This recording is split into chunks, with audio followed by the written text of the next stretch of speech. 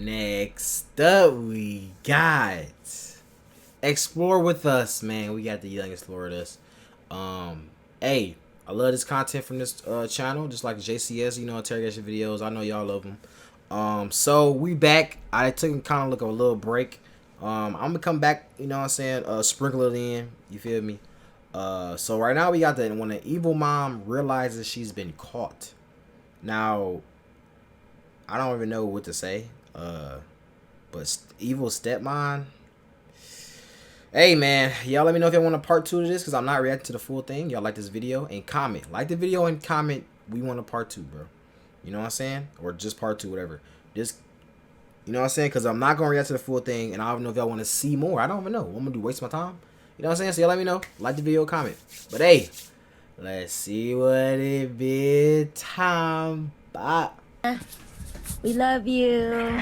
Every night. Night, Dada. We love you. Every night, some guy, a woman that I've known for a while, asked me if you can put some boxes inside of my in my storage, right? I just wanted to tell you that I love you and that I miss you and that I can't wait to see you in the morning. And so we were going through the stuff, and we really got, and there's a baby in there. Say bye, Dada. There's a baby in there.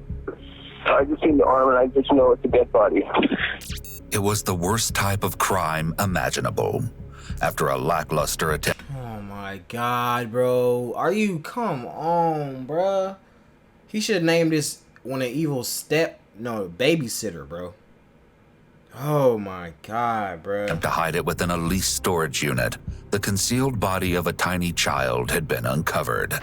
In just a few seconds, you'll witness a dramatic scene as a terribly distraught woman slides off the couch, bends over, and appears to start praying. However, you'll soon learn that the horrendous tragedy behind this display of emotion could have easily been diverted, if not for a twisted and shocking motive. I ain't gonna lie, W voice actor too. Remember when I opened it and I seen the work? I talked to her. It smells. It's gonna be a human. It's gonna be a human. Yeah. Just based on the smell and the appearance. So wait for Nutley. Do we know if this guy has a kid? The guy that has the lock? On Charles 29 report number, please. No, we literally just got here. Can you see that? No. So then in this container, there's like some decomp. And that smell, you're getting a smell a little bit. Sir, is it you and your wife that, do you live here also? Yeah, Okay. Are there cameras? There's. One someone else has been There. The responding officer is securing the area and awaiting the arrival of the sergeant so she can bring him up to speed. It's a baby. It is. So we had the complainant detained. When I get here, he points to a blue barrel. He's like, it's in there. And I look in this blue barrel, and there's some decomp in there. It stinks. I'm like, what are you talking about? I keep checking. He's like, it's in there. I'm like, I see nothing in there. He's like, no, it's in that bag. There's a bag in the barrel. Like, there was a duffel bag. So he's like, I used that knife that's sitting on top of the box on his car to cut open that bag. And as soon as I saw the baby's arm, I backed away and called you guys. Officers continue to secure the scene, and a chilling comment is made. I'm wondering if there's more kids in that storage. We don't know. We'll probably never find out. I should tell you that So this dude, whoever did it, I'm thinking of stepmom, that's obviously his title. I'm guessing she thought that it was smart putting the kid inside of a storage unit, because they thought that, storage unit, nobody really check a storage unit, they don't just put stuff in there and leave. You know what I mean? It sound good in her head. But if you really think about it, if you have a decomposing body in there, and somebody say like somebody having a garage sale, right? He trying to get all his stuff out of the storage unit, trying to sell it. He trying, you know what I'm saying? Or maybe he don't got enough money, because you gotta pay for the storage unit, right? You gotta pay for it. So if somebody say, okay, I'm done using storage unit, I don't need that, I'm just sell everything that I got in the storage unit, they're going to end up going through all the storage and seeing what they're going to sell, what they're not going to sell, and they're going to end up smelling it. That's the one thing I don't understand. Like, just with Jeffrey Dahmer too, is like, why don't you think people can smell, bro? Like, bro, if y'all ever had some bad meat, some chicken, some raw chicken, bro, or just raw anything, bro, it stinks, bro. Like, I'm talking about it's, bro. Like, look, I'm gonna tell you a little story. So basically, I had some chicken. I had some boiled chicken. It was raw though. It's, you know, because you gotta boil it. So I had that, and I ended up getting more food, and I didn't want that no more. So with not throwing it away, you know what I'm saying? I ended up just leaving it on my counter in like a little Tupperware. And I remember I woke up one morning and I'm like, bro, why is this like stink? You know what I'm saying? But I have a garbage can in my room too, so I'm like, oh, this must be the garbage. Take the garbage out.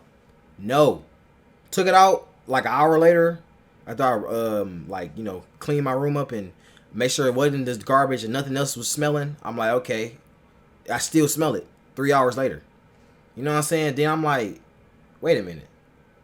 I walk over to my refrigerator, because that's where it's at, by the counter on my refrigerator. And I'm like, wait a minute. Is it this? So I open it up, and bro, oh my God, bro. I was thinking, I'm like, bro, how did Jeffrey Dahmer sit there and eat people and have this in his apartment and it stank like this? He was taking full showers with the decomposing bodies in his shower because he wanted to store it. You know what I'm saying? And it stank, bro. It stank so bad it went through the vents and to his neighbors, and they smelt it. You feel me? Like, so I'm just wondering, like, why do people think that you can't just smell? You can, like, bro, it's a very strong scent, bro. Okay. The U-Haul was driven by another subject? Well, that's what he said. He said that's why they came back to look. Hold on real quick. Hold on. All right, had to get comfortable. Got my little pillow. You know what I'm saying? Y'all need to get comfortable, too. Wish I could just lay in my bed and react to it, but I can't do that. All the way here from Reno with only 3 boxes in it. That'd be phenomenal. If you could get the license plate, that would be great. I'll know everything about that as soon as I can get the guy's name. We got a name of Tyler, but... No last name? Would that guy have checked in with you when he got here? No, but if I can get a roundabout of where he rented in Reno, Tyler is not a very uncommon name. Well, how would you end up having that? Oh, because it's U-Haul. It's U-Haul. Hey, Joe, how long have you known Tyler? I first met him when I was in rehab in Lodge in Woodland. I first met him about 18 months ago. He started working there. 18 months? Mm-hmm. Monday when that big box, whatever that is, in there. Okay, with the blue thing in it was Yeah. Monday. Okay. Yeah. And then later on he brought the stuff that's in the other unit? Yeah, because I called him. I go, what's wrong with you, dude? Why are you so damn suspicious? And why did you bring a buck? And I told him, they go, I'm trying to get caught, because I thought it was drugs. Right. If you're trying to get me caught up or something, because I just barely got off from, don't want to get in a bunch of Right. And I threatened him, I go, if there's something that I find in there, or if you're going to get me in trouble, he goes, no, I promise you, there's nothing in there. Okay. But he was acting weird, though. And then to rent a U-Haul with 3 boxes, that was really weird, too. Okay. Yeah, that is weird. That is weird. Okay. And then your daughter's the one that convinced you to open up? Yep. Okay. What nationality do you think Tyler is? I'm trying to block that spotlight from your face. I think Actually, I'll stand right over here. I think it's black or Puerto Rican, something like that. Is he darker than you? Yeah. Darker than you. Well, not really darker than me. It's kind of like different shades of dark. Okay.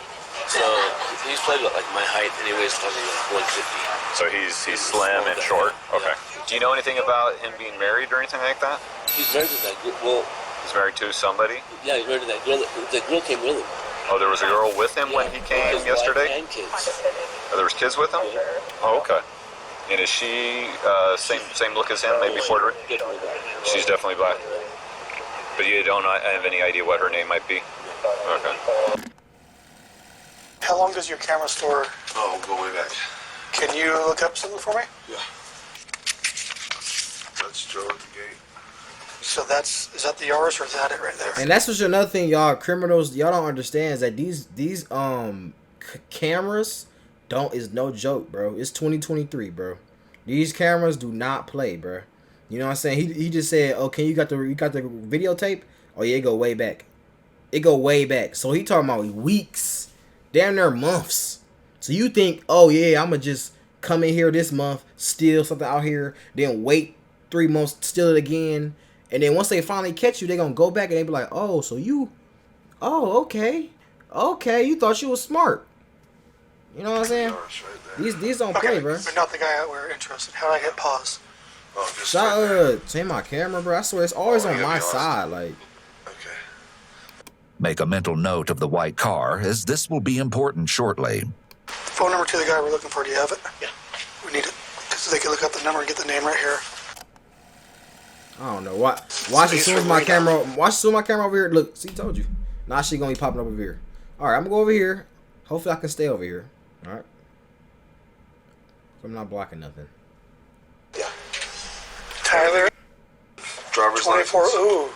So Friday the 11th, they showed up with the van and the hatchback.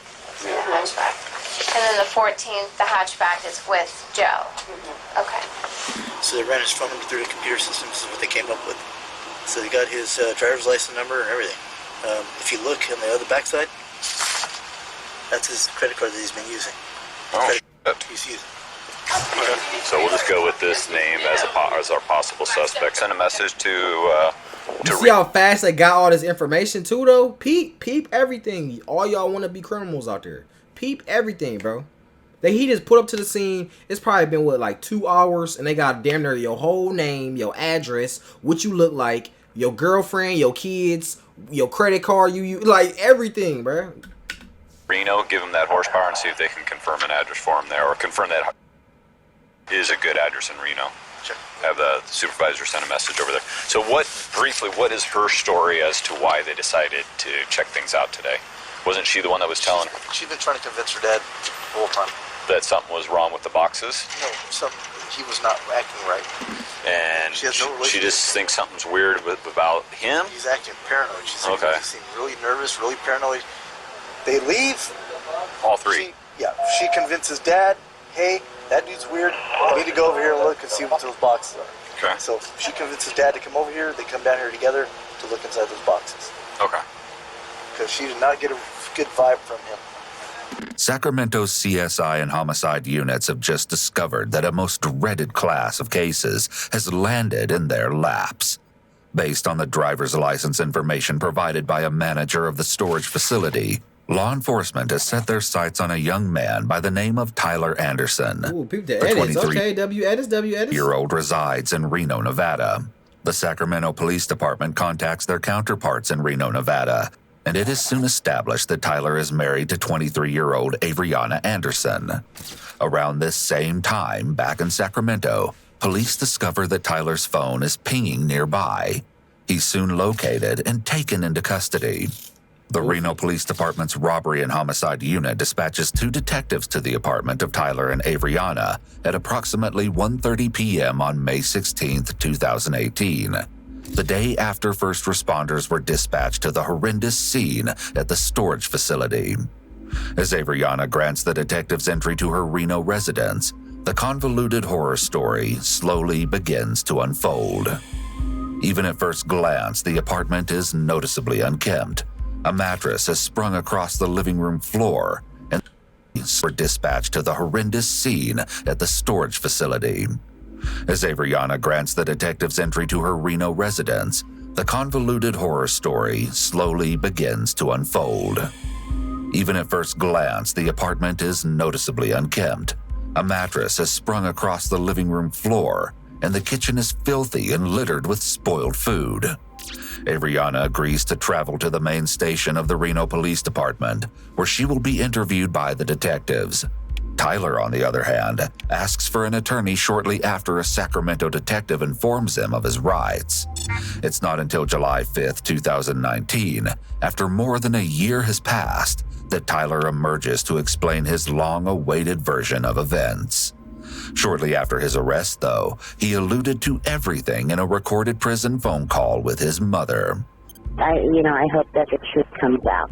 It's going to come out, like I said, it's going to come out, and it's not going to be what everybody wants to hear. It's not going to be pretty, it's going to be the truth, and it is what it is. Until then, detectives will enter the interrogation room to speak with Avriana, and the process of untangling this tragic mystery that transformed a storage unit into a horrific crime scene will get underway. Avriana is situated in a room that doesn't appear to be typical for an interrogation. It should be decorated as minimally as possible, but it appears that Avriana was brought into a soft interrogation room that's usually reserved for victims of a crime or children. Feel good. First of all, first things first.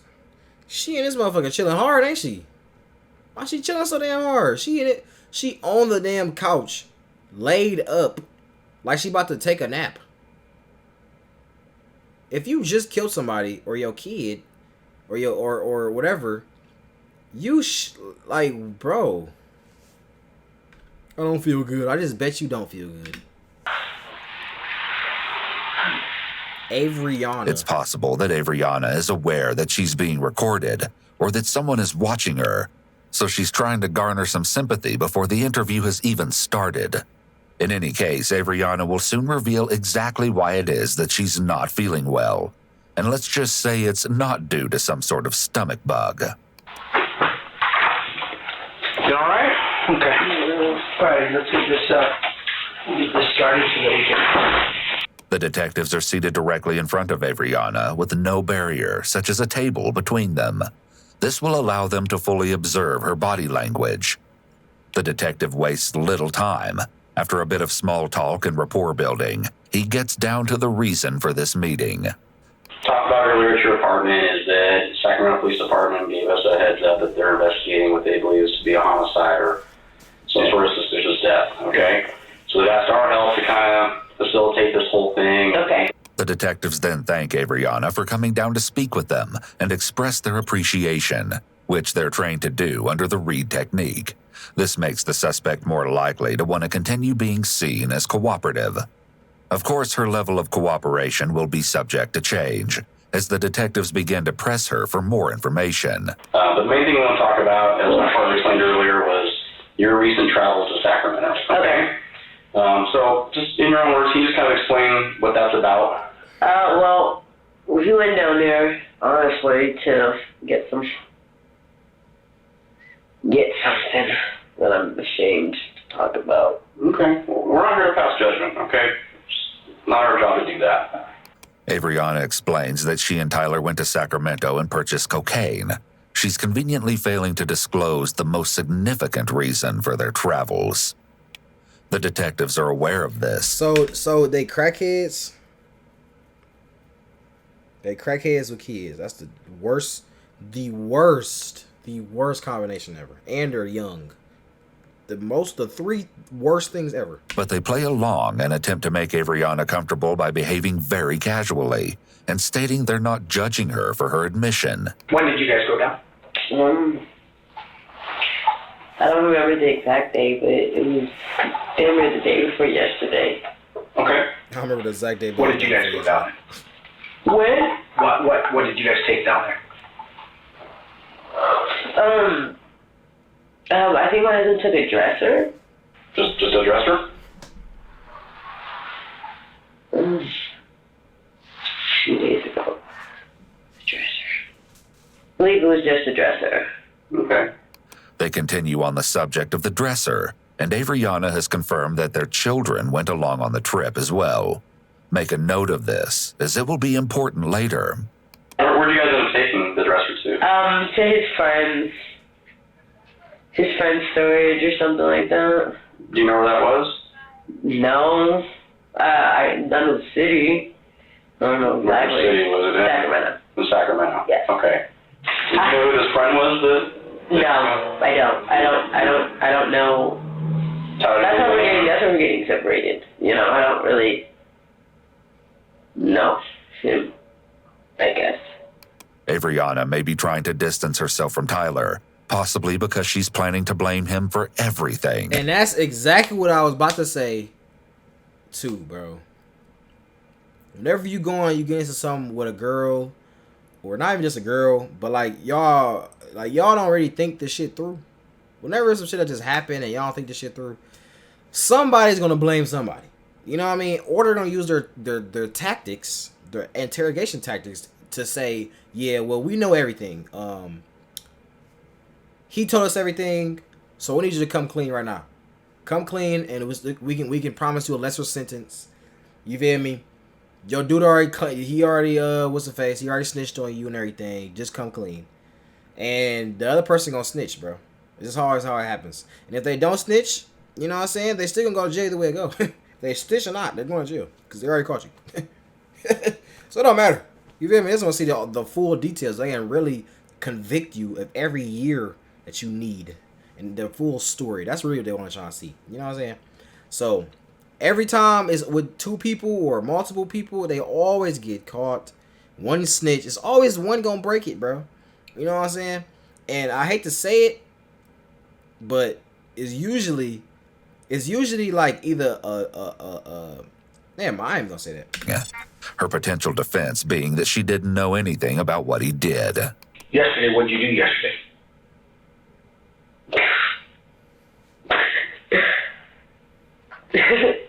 Coke, CBH. Avriana may be trying to appear like she is being truthful and cooperative by revealing her illegal drug habits. However, her laughter before responding could be an indication that she's intentionally trying to show her indifference. She's confident that revealing her drug use won't get her in any trouble, despite revealing this information to the two detectives sitting in front of her. Can you describe the guy who's this friend of Tyler's? Mexican. Okay. They're a little older. A little older than Tyler? Yeah. Okay. And how'd that go with your meeting him? Seem like a good guy? Yeah. Okay. Yeah. Then you guys, is it his storage unit that you guys are putting it in, or is it somebody else's? Or? Yeah, I think it was his. Okay. Yeah. Avriana then confirms that the reason for storing items in Sacramento is because Tyler's plan is to return there, where his family resides after their impending separation. Which kids went down with you? It was me and my boys. Okay. All right. Is it Tyson? Yes. Okay. Where was it or not? I don't know. Callie is mentioned here for the first time. While Avriana claims not to know where the little girl is, the disturbing truth about what exactly happened will be brought to light before this very interrogation comes to an end. So who is Callie's mother? Do you know who Callie's mother is? Yeah, I do. Okay. I do. Do you know her name? Yeah, I do. You want me to say it out loud? I would like to know. Leonie. What's her name? Leonie. Leonie? Yes. How long has Tyler had custody? We've had custody of her since it's about 6 years. Okay. Yeah, because she thought to be sick. Oh. So since baby, since she was a baby. Yeah. Okay. She's all around TBH. Okay. She's all around. Why do you say she's all around? Because that's the kind of person she is. Alright. She's all around. Drama. Yeah. Always drama. Avriana definitely makes no attempt to hide her disdain for Leonie, Callie's biological mother. Tyler is more forthcoming with regards to Leonie and how their daughter Callie came to be. It's July 5th, 2019, more than 13 months after his arrest and Avriana's account. I was with Leonie in Sacramento, staying with Brett when she got pregnant. Just a couple months later, Avriana came along and Leonie had already left the picture. I met Avriana in February of 2012. Started hanging out with her, right, spent my time with her. Found out that she was born in September. Told Avriana about it. She got upset, right? We got into this big fight. So I started using cocaine, and then... At this point, Tyler violated his probation that had resulted from past substance abuse. I went to the treatment program, New Foundations. So, staying with her mom, I wasn't there for her when she was born. Tyler says that his mother brought baby Callie to meet him for the first time. Despite this normally being a joyous occasion, Avriana was not happy about this, to say the least.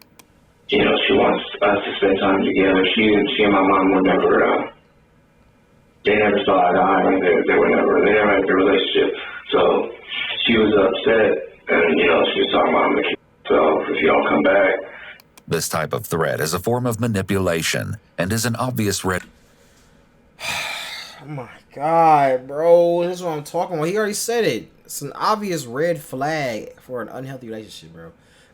First of all, as soon as you seen her wearing blue lipstick, you should have left right then and there. I ain't gonna lie. She walk around with blue lipstick, bro. What the fuck? I've never seen.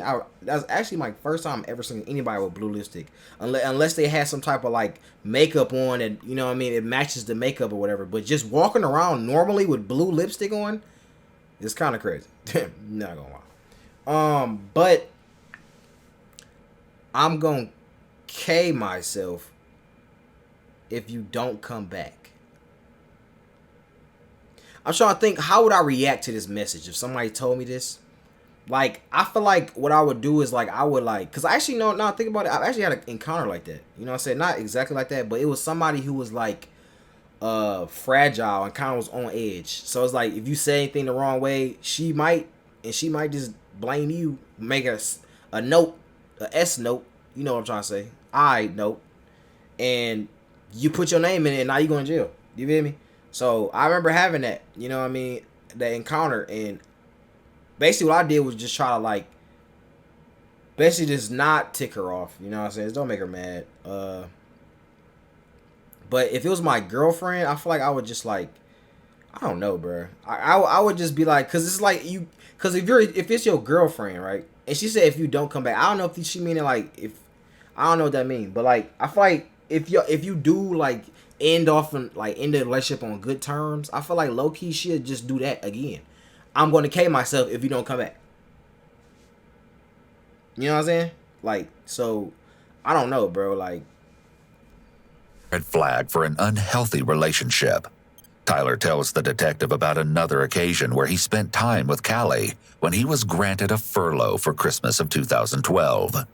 This time, Avriana was livid. Yet upon his release in March of 2013, he moved into her apartment. So she the crazy girl. She the crazy. Yeah. Shortly thereafter, while Tyler was visiting Callie and his mother, Avriana attempted to take her life and landed herself in the hospital, according to Tyler. What the Avriana's fuck? jealousy toward Callie was a huge red flag that should have warned Tyler away early in the relationship. Right. Yet he stayed with her. In the fall of 2013, while Tyler was in the process of seeking full custody of Callie, she went to live with her father and Avriana. At that time, she was just 13 months old, and they agree. You know what I'm thinking? I think the reason he say she got some good head. Them crazy girls got the best head, I'm trying to tell you, bro. Not even gonna lie, bro. You know what I'm saying? Because they don't care. They don't care. Things were good in the beginning. In hindsight, however, this short span represented the calm before the storm that was quickly approaching. So I go to work and I leave with Avriana. I would come home and they would be playing, she would teach her how to read, she's teaching her how to walk, she's showing her how to cook, vacuuming, right? There's a little vacuum, she's pushing it in Avriana. Avriana's showing a lot of love. They had a good relationship, in the beginning. And we got her, and she was just a baby. And I just remember looking at her, and I'm like, oh my God, you're so cute. And I remember the first night we got her, I cried. I was holding her, and I cried. Because I was just like, she was just a baby, and I just love babies. But she just looked like her dad, and I looked at him and felt like I'm going to love you, and I'm going to take care of you.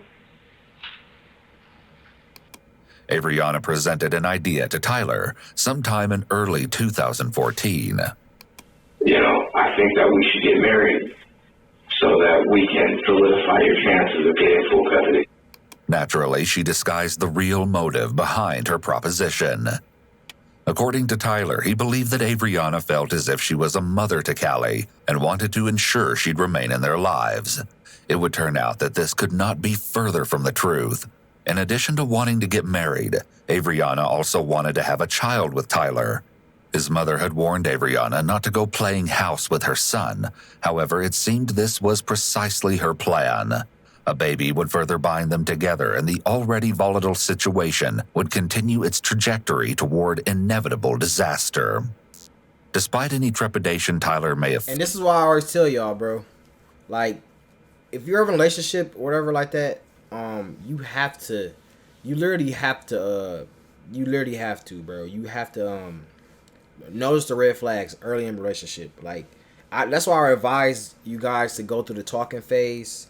And if you don't know what the talking phase is, it's basically just like when you just, vibing out with the person, y'all just talking, and you know what I mean, she can tell that you got a crush on her, she got a crush on you, but y'all haven't made it a title yet. And just scope her out. You feel me? Don't rush into anything too fast, cause for number one, it's not that serious. You know what I mean? Like, it's not that serious. Number two, like, you don't know who this girl is. You know what I'm saying? Especially if you jump to try to go live with her. Like, bro, if you're a man, don't try to get married to no woman until you've lived with her for at least like 2 years. You know what I'm saying? Because you might think she is the best thing since sliced bread, right? And you get to live with her, she dirty. You know what I mean? She don't take no showers. She only take showers when she see you. That's why she smell good when y'all used to go out with each other. Cause that's the first time she took a shower. You know what I mean? But every single day, you see how this person lives every single day. So you can actually tell, you know what I mean, how they is. And that's why I say 2 years, because the first year, they might can keep a good facade up. But after the second year, you're gonna see. You're gonna really see, because you can't lie for long. You know what I'm saying? So yeah, basically just like, if you have to test the person out, bro. Like, me personally, like, I go through a lot of tests because I've been cheated on a lot. So I go through a lot of tests, bro. You have to go through a lot of tests. I'm not telling you it's tests. If you pass the test, I'll tell you passed the test. But if you don't, you ain't gonna know. Only way you gonna know is I'll stop talking to your ass. Felt he went along with Adriana's plans. The medication that she was taking, her bipolar depression medication, was probably the reason why she wasn't able to get pregnant. So she stopped taking that. She bipolar? Plans. Makes sense. The medication that she bipolar. She bipolar and she do crack. Bipolar depression medication was probably the reason why she wasn't able to get pregnant. So she stopped taking that before we got married in 2014. So in January, she got pregnant with. It's unknown if Adriana gradually stopped the medication she was allegedly taking under a doctor's orders. It's important to note that it can be dangerous to suddenly stop taking medications prescribed to treat mental health disorders. Right. And it can cause a sharp increase in symptoms. Damn.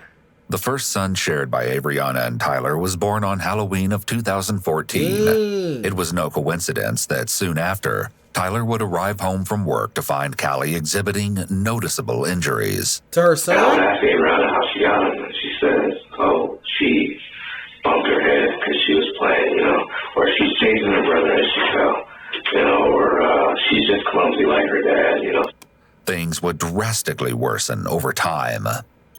Though Adriana's story was a bit different, the ugly truth was beginning to show itself. I was raised on discipline, so if you talk back, I'm going to pop you in your mouth and tell you don't talk back.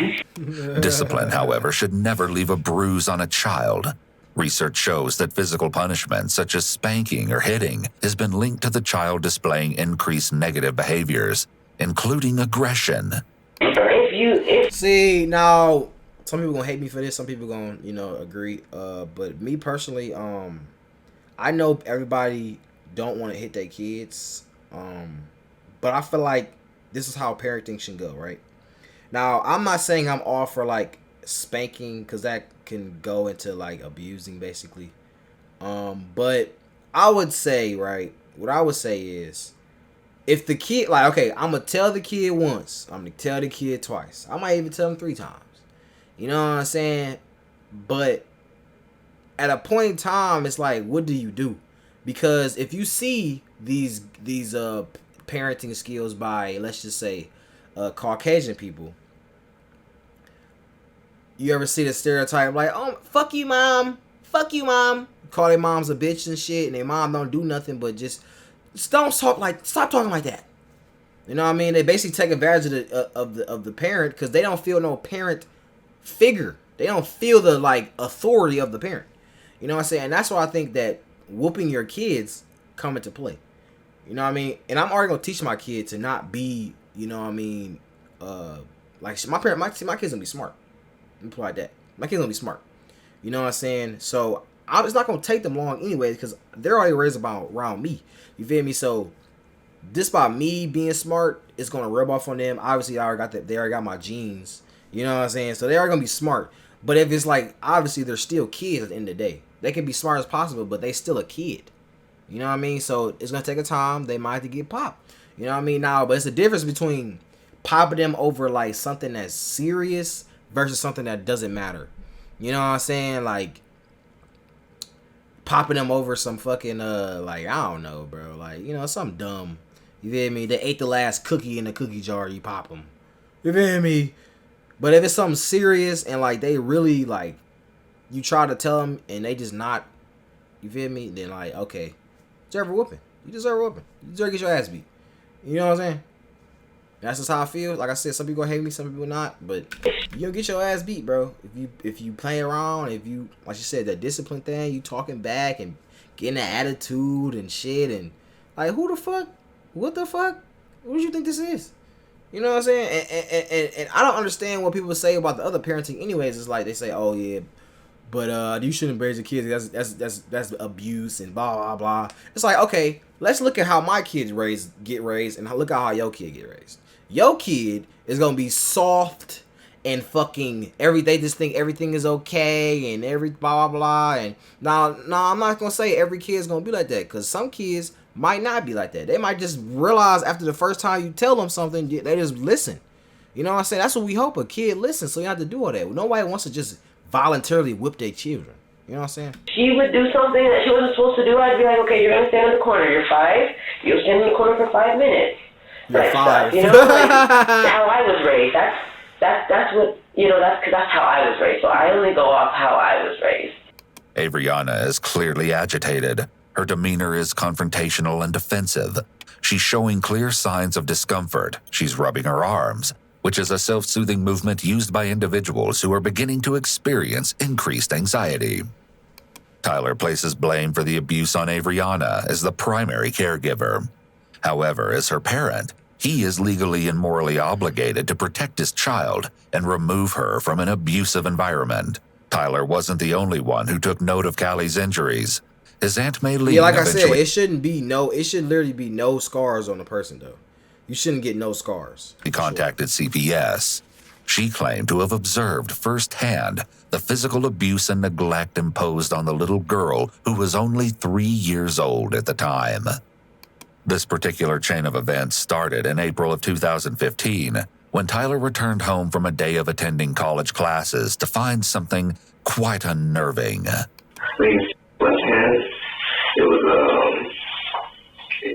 was Saran wrap. It had olive oil and Vaseline on it. It was a terrible sight. Callie's tiny hand had been badly burned. When Tyler allegedly inquired as to how the injury had occurred, Avriana claimed that the water was too hot that morning when she had washed Callie's hands. The explanation was completely implausible.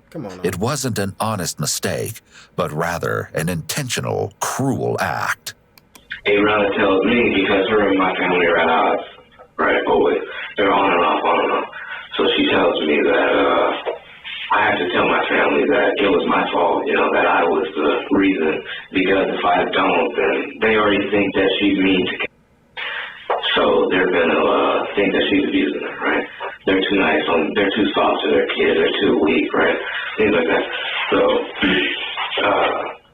we go to a get together, maybe it was the 4th of July, maybe, and then you know, my aunt asked about her hand injury, and that's when I said I was mopping, and then I came in and put her hand in the water and got burned.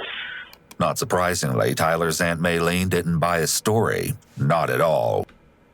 Who the fuck uses hot water in a mop bucket? Y'all do that?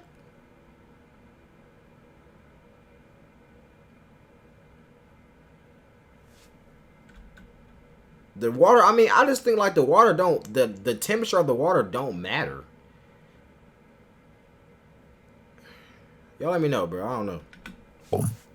A few months later, at another family gathering that occurred on October 10th, Maylene, along with other relatives, were stunned when they observed that Callie appeared to have lost a significant amount of weight since the previous time they'd encountered her in July. Well, they were starving her? According to Maylene, Callie was seen devouring food, even eating off plates that belonged to others. That was when Maylene contacted CPS. In mid-October of 2015, CPS met with Tyler and Avriana in their home.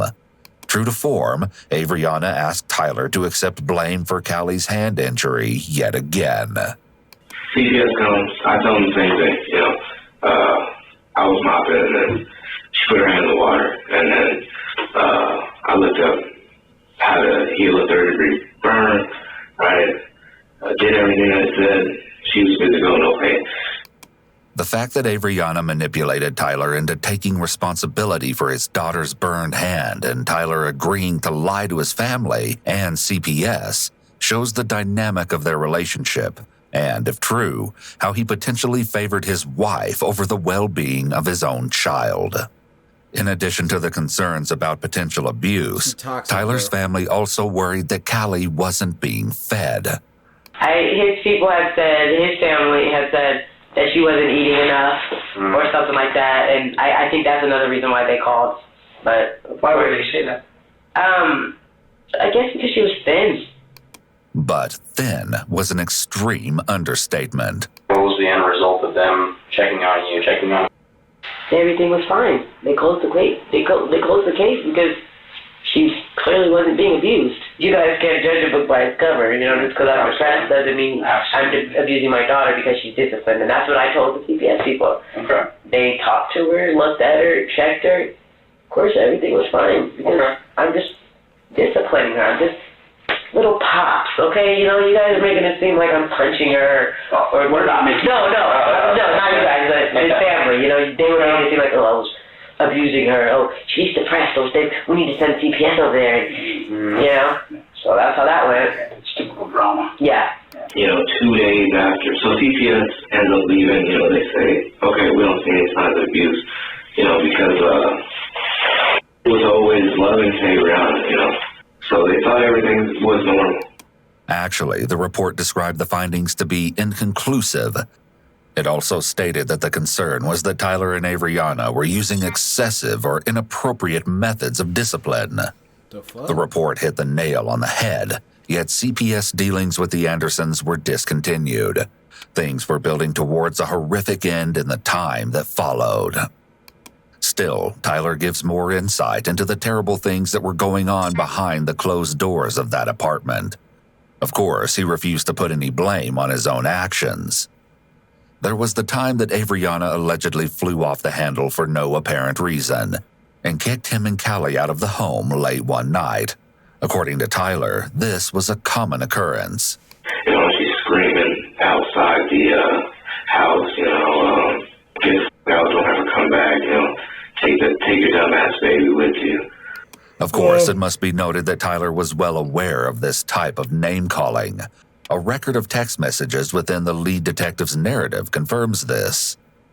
He continues with details of physical abuse Callie would encounter at the hands of Avriana. Oh, bro. She would use belts, she would use wooden spoons, she would use brushes and combs, you know, she wouldn't stop, you know, I'd have to stop her, you know, it's like, and Avriana would say that she's, you know, she pushed her brother, she punched her brother, she hit her brother. I told her that you can't use objects because you don't know how hard you're hitting them, you know what I'm saying? It's like, you're not supposed to be your kid's friend. I mean, you can be your kid's friend, but you're supposed to be their parent first. Sure. She had the belt, and then I get in front of her, and I'm holding Avriana back. You know, she's trying to climb over me to get the and she's telling me, you know, you always save her. You know, you can't always save her. As time went on, the cruel acts Avriana inflicted upon Callie continued to increase in severity. Tyler tells of one particular evening when he arrived home from work and encountered what could only be described as a terribly distressing sight. And yet the question why is still left unanswered for now. Alright, it's gonna be enough for right now. Y'all let me know how y'all feel about this. Y'all want more? I love y'all. We out.